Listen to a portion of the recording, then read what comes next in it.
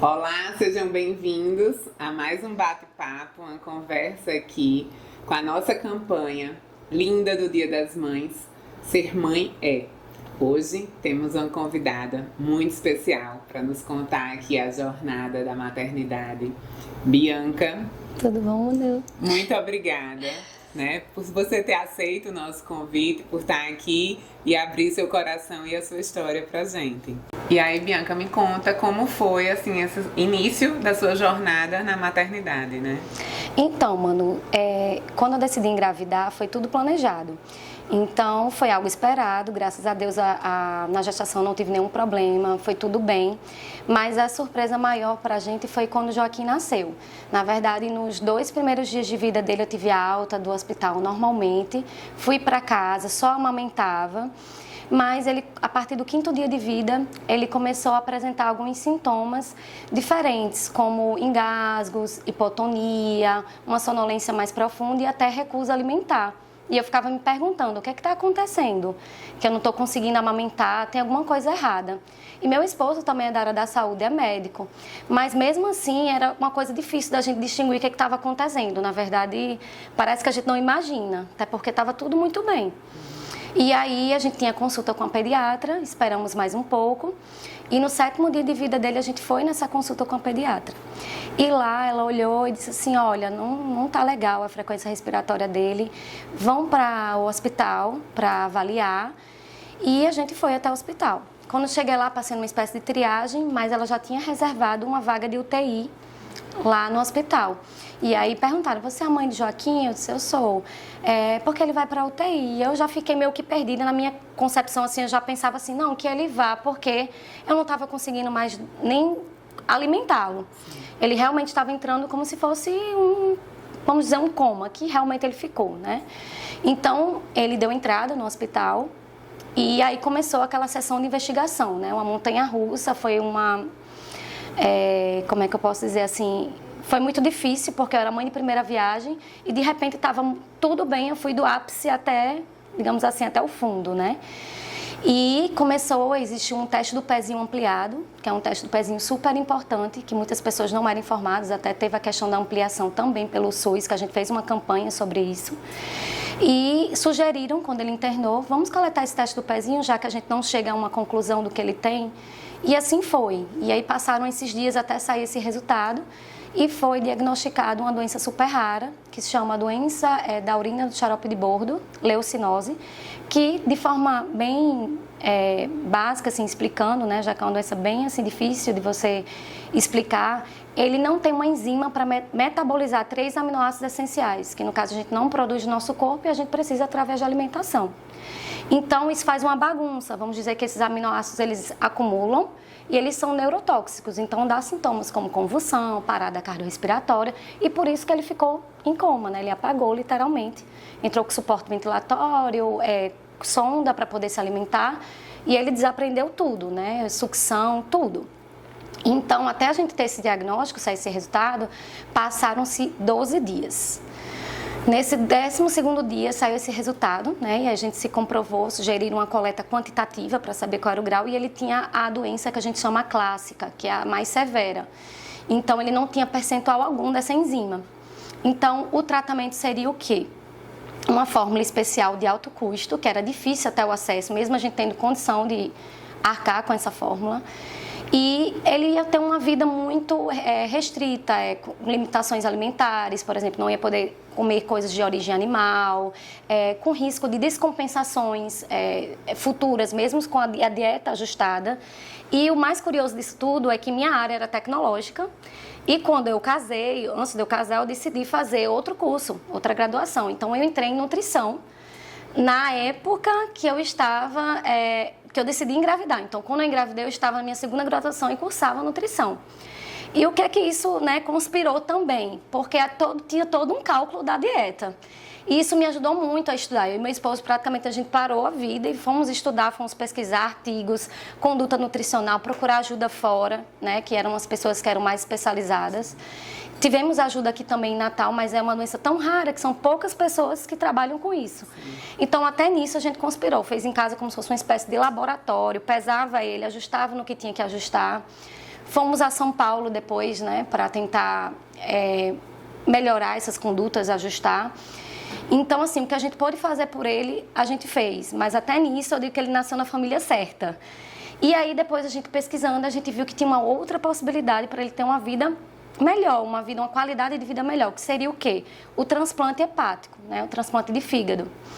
Porque ele passaria a ter esse percentual dessa enzima, não teria essas limitações alimentares e ele poderia ter uma vida melhor, porque era mais fácil a gente tratar uma pessoa que seria imunossuprimida, que seria transplantada. Eu chego no hospital, você é transplantado, provavelmente mais pessoas vão conhecer. E quando não era, falava da doença leucinose, quem entender de leucinose? Quem é que vai conduzir essa doença? Como calcular essa dieta tão difícil, tão diferente? Uma fórmula que nem existia, até para a gente conseguir a primeira lata, foi um sacrifício. Então, assim, a doença, ela leva a descompensações mesmo com a dieta ajustada, por uma infecção, uma gripe, uma virose. Então, a gente tinha medo de a gente, mesmo tendo esse controle da dieta, ele voltar a ter outras descompensações e que tinha grande risco de óbito e até mesmo sequela cognitiva e motora. Então, para a gente foi um desafio. Então, o que aconteceu? A gente decidiu, vamos fazer o transplante, essa é a melhor alternativa, vamos. Então, vamos procurar informação? Tem um transplante intervivos? Tem. E aí meu esposo falou, olha, você tentar ser o doador e se eu não for, que você já está acostumado com os cuidados, em paralelo a isso eu parei tudo, parei faculdade, parei tudo para viver em função dele. Até porque a dieta era de difícil manejo, era uma dieta que a gente tinha que dar de 3 em 3 horas. Então, por exemplo, se eu desse meia-noite, 3 da manhã eu tinha que dar, 6 da manhã, faça chuva, faça sol. Só essa fórmula específica. E aí teve um período de negação da fórmula, então ele voltou para a sonda. Era difícil, porque às vezes ele tinha vômitos, ele às vezes não segurava a dieta. Então, assim, era bem difícil. Então, a gente disse, não, vamos atrás, até porque a gente não tem... é uma doença que é difícil o manejo, a gente tinha risco de perder ele. Sim. Então, era toda hora aquela angústia. Né? Será que ele vai ter mais um dia de vida? Então, vamos cuidar para que ele seja uma criança saudável, que ele tenha um crescimento, que ele cresça, né? E aí, fomos atrás. 3 meses, ele largou tudo também, embarcou nessa comigo e fomos para São Paulo. Lá em São Paulo, fizemos os cadastros lá para começar os exames e ele poder, a priori, ser o doador. Quando foi na última etapa dele, nós 3 temos o mesmo tipo sanguíneo. E aí ele disse, olha, ele não vai poder ser o doador, porque ele tinha uma anatomia um pouco diferenciada. Meu esposo é cirurgião do aparelho digestivo e ele descobriu que ele tinha uma má rotação intestinal, que poderia ser digamos assim, uma complicação para ele futuramente, um risco maior, uma anatomia diferente. É como se o intestino dele fosse invertido, vamos dizer assim. Então, o que aconteceu? Eles não quiseram aceitar ele como doador e eu falei para ele, olha, o combinado era esse, se você não for, eu vou ser a doadora. E assim foi, eu fiz todos os meus exames e eu fui compatível em tudo e eu fui a doadora. Então, a gente voltou para Natal, quando deu tempo da fila, fomos chamados e aí a gente foi... eu fui a doadora dele, né? Doei parte do meu fígado, né? Em torno de 30%. E ele doou ainda também o fígado dele.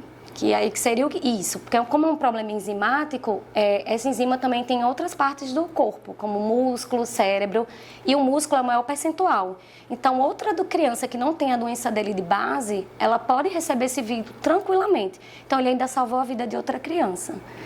Então, ele doou o fígado para outra criança, eu doei o meu pedacinho para ele, que até hoje está lá com ele guardadinho, e graças a Deus, nunca não fui nem numa emergência, assim, nem para uma virose, para nada, ele é super saudável.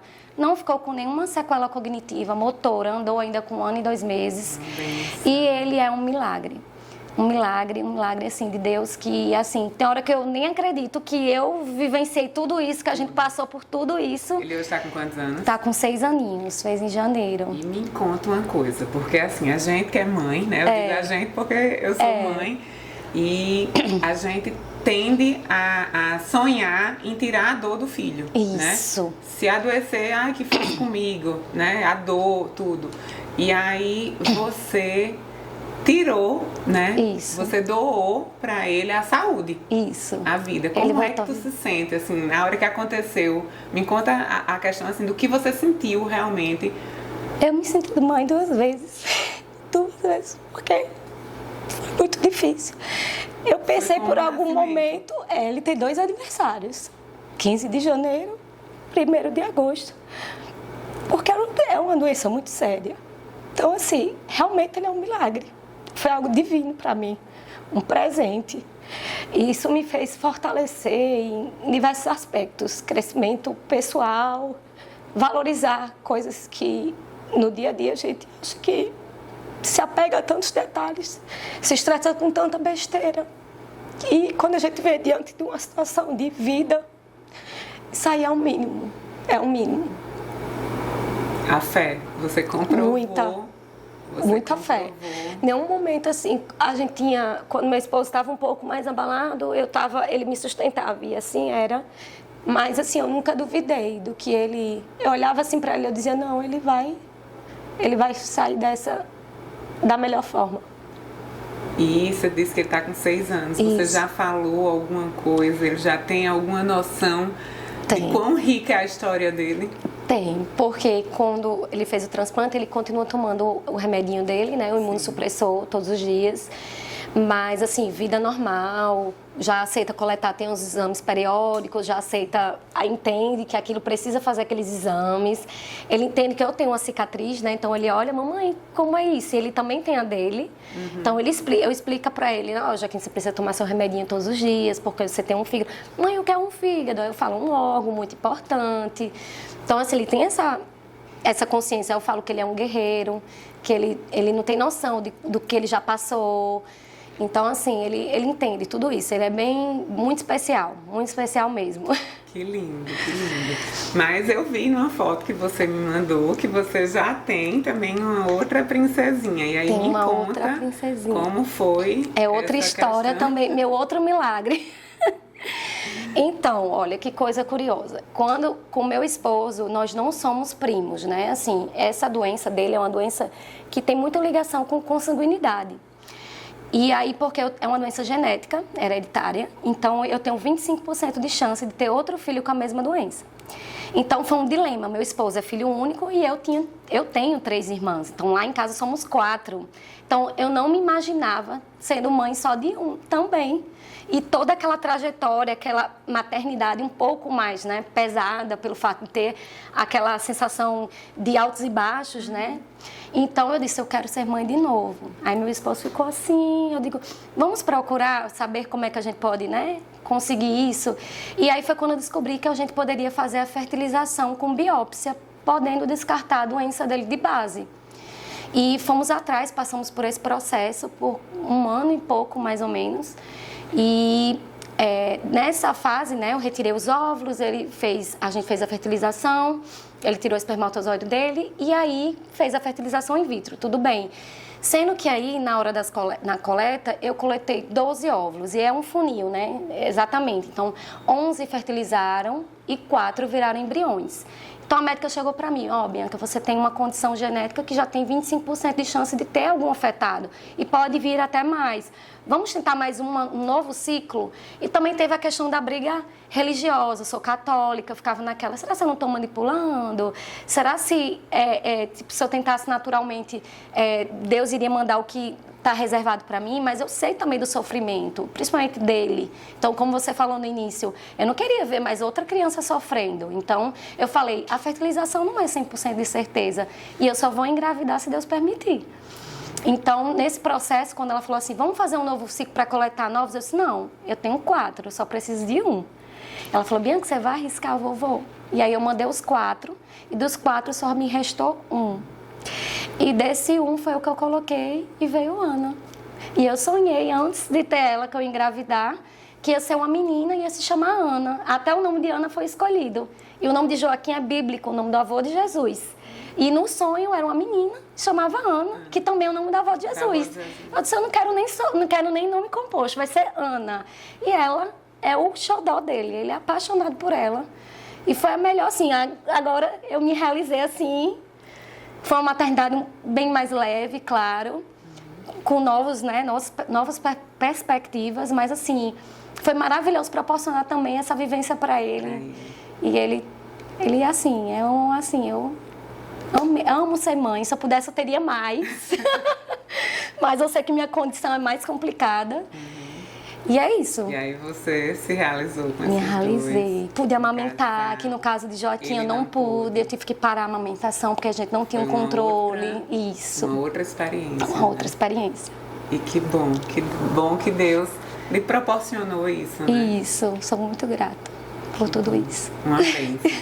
E aí eu queria que você deixasse um recadinho aqui para as mães, Sim, né? Porque amor de mãe é infinito. é verdade. E deixa aí um recado para as mães.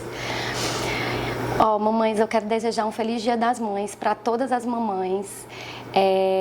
Parabenizar, né? Porque ser mãe é uma jornada que é incrível, mas ao mesmo tempo também o coração de mãe tem hora que salta várias vezes, né? E também mandar um recadinho para as futuras mamães ou mamães que são tentantes, né? Que é uma questão que a gente fala muito, que nunca percam a fé, a esperança. E por uma mamãe também que está passando por algum momento difícil, como eu também passei, nunca perca a esperança e a confiança em Deus. Porque com tudo nele é possível, tudo. Nunca percam a esperança. Ser mãe é incrível e é uma transformação. Eu acho que quem puder passar por isso, eu aconselho fortemente. Muito obrigada, Bianca, por você ter aberto seu coração, aberto sua história, sua jornada linda de mãe de Joaquim e de Ana. E gratidão. Chegamos ao fim, essa jornada da campanha Ser Mãe com histórias incríveis de mães, de sonhos, de realizações. Se você conhece alguém que vai gostar, vai se emocionar com essa história que acabamos de escutar aqui, de Bianca, Joaquim e Ana, encaminha esse vídeo. E comenta o que é que você achou, né, dessa mãe doadora. Eu acho que é uma vontade de toda mãe, né, de poder tirar a dor do filho. Eu fiquei super emocionada e quero saber o que é que você achou.